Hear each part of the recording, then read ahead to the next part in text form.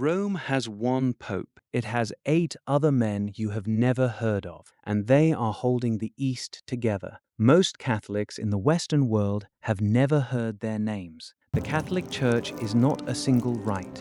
It is 23 churches, each with its own liturgical language, its own theological tradition, its own hierarchy, all in formal communion with Rome. The Latin Church, headquartered in the Vatican, is the largest.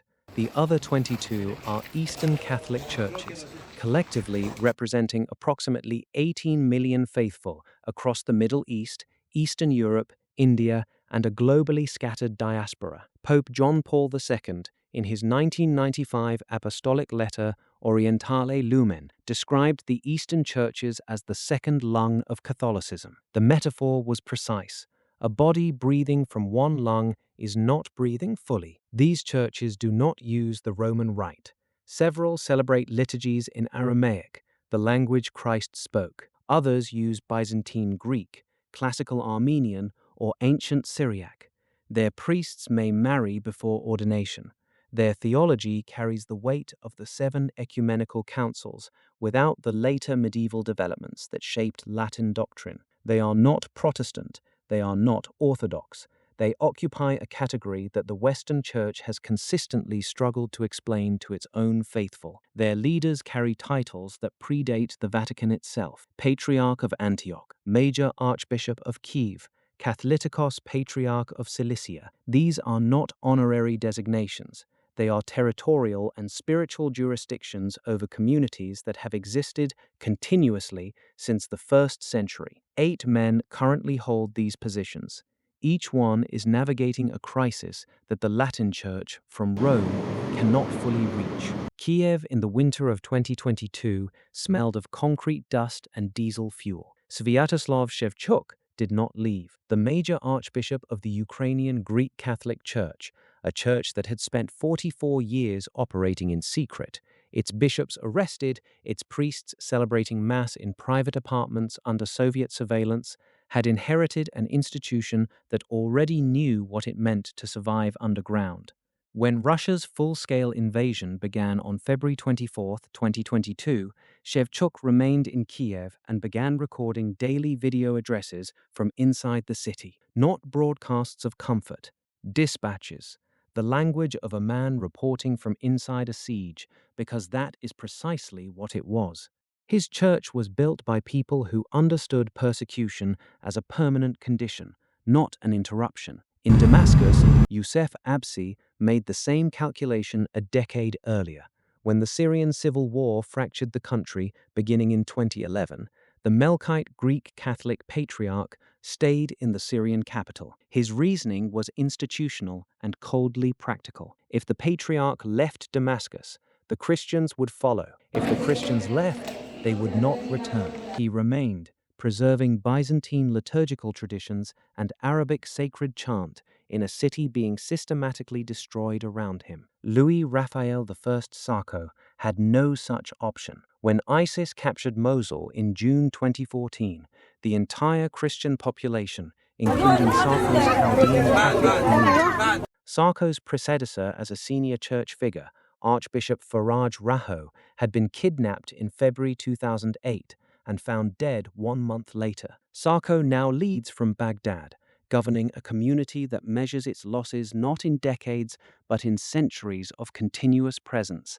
ended in weeks. While Iraq's Christian presence was violently erased, next door in Lebanon, survival is not about fleeing extremists. It is about navigating a political minefield. Lebanon's political architecture was designed to prevent a single community from consuming the others. The National Pact of 1943, an unwritten agreement between Lebanese factions at independence, reserved the presidency for a Maronite Christian. The system is called confessionalism. It has held Lebanon together and torn it apart simultaneously for 8 decades. Bashara Boutros al-Rahi, Maronite Patriarch since 2011, and Cardinal since 2012, operates inside this architecture daily. His church has been in uninterrupted communion with Rome since the medieval period, the only Eastern church that never broke that bond. His political function is not ceremonial. In a country where the presidency has sat vacant for years at a stretch due to sectarian deadlock, the Patriarch's voice carries weight that no Lebanese institution currently does. In 2013, Al-Rahi entered the Sistine Chapel for the conclave that elected Pope Francis. He was the first Maronite patriarch ever to do so. Al-Rahi wields immense public power, but for the Eastern leaders operating under Soviet communism, power meant surviving in absolute silence. Across Eastern Europe, Claudiu Lucian Pop leads a church that counts its recent history in prison cells. The Romanian Greek Catholic Church entered communion with Rome in 1700. On December 1, 1948, the communist government banned it by decree. All 6 active bishops were arrested. 5 died in captivity, in Bucharest prison, in Sighet, in conditions the surviving testimonies describe with the flat precision of people who had stopped expecting rescue. A 7th bishop, kept separately, survived. The church operated in complete illegality for 4 decades, its faithful practicing in private, its priests moving between houses. On October 2, 2019, Pope Francis traveled to Blaj, Romania, and beatified all 7 bishops. Ordinary Romanian families who had hidden priests in their homes, who had passed sacraments through locked doors, who had kept a banned church alive through 4 decades of state violence, they stood in that field in Blaj and watched it become official history. In Eastern Europe, the threat came from the state, but in the oldest corners of the Christian world, the most dangerous fractures are internal. The tradition holds that Thomas the Apostle landed on the Malabar coast of India in 52 AD. Whether that date is historically precise is debated. What is not debated is that the Christian communities of Kerala represent one of the oldest continuous Christian presences on earth, predating the conversion of Rome, predating Augustine, predating the entire Western Church by centuries. They did not receive Christianity from European missionaries. They claim to have received it from an apostle who walked out of Jerusalem. Mar Raphael Thatil leads the Syro-Malabar Catholic Church, 5 million members, elected major archbishop in February 2024, and inherited a crisis that has been building for decades. The dispute concerns a single liturgical question. During the celebration of the Qurbana, the Syro-Malabar Eucharist, should the priest face the altar or face the congregation? The question sounds administrative. It is not.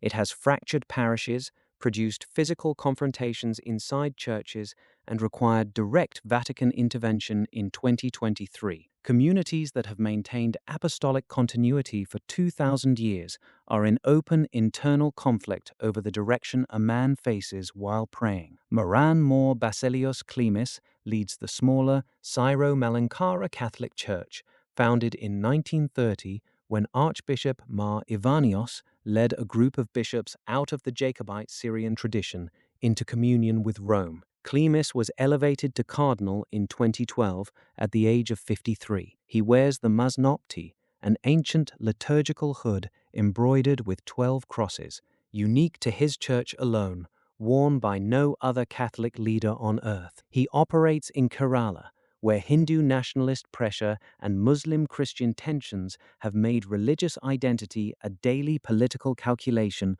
for ordinary parish families managing school enrollment, property rights, and neighborhood relations simultaneously. 2 ancient churches, 1 Indian state, fractures running in every direction. The Indian patriarchs are fighting to keep their people united in one geographic location. The Armenian patriarch is fighting to keep his people united when they have no homeland left at all. Every Armenian Catholic patriarch, upon election, abandons his birth name. He takes the name Bedros. It is the Armenian form of Peter, the Apostle, the Rock, the first bishop of Rome. The tradition is not decorative. It is a theological statement, renewed with every succession, that the Armenian Catholic Patriarch stands in formal communion with the Pope, that the ancient Armenian Church, which traces its Christian origins to the apostles Thaddeus and Bartholomew in the 1st century, has chosen Rome as its anchor. Raphael Bedros, the 21st Minassian, is the 21st man to carry that name. He was born in 1946, elected patriarch in 2015, and leads a church whose geographic center was destroyed before he was born. The Armenian Genocide of 1915, the systematic killing and deportation of between 600,000 and 1.5 million Armenians by the Ottoman state, shattered the demographic foundation of Armenian Christianity in its ancestral territory. What remained dispersed across Lebanon, Syria, France, Argentina, the United States, and dozens of other countries. The Armenian Catholic Church, Minassian leads, has no single homeland to return to. Its parishes are scattered across 40 countries. Its faithful are a diaspora of a diaspora. The Patriarchate is headquartered in Beirut, itself a city that has spent the last decade in compounding economic and political collapse. He holds his community together through correspondence,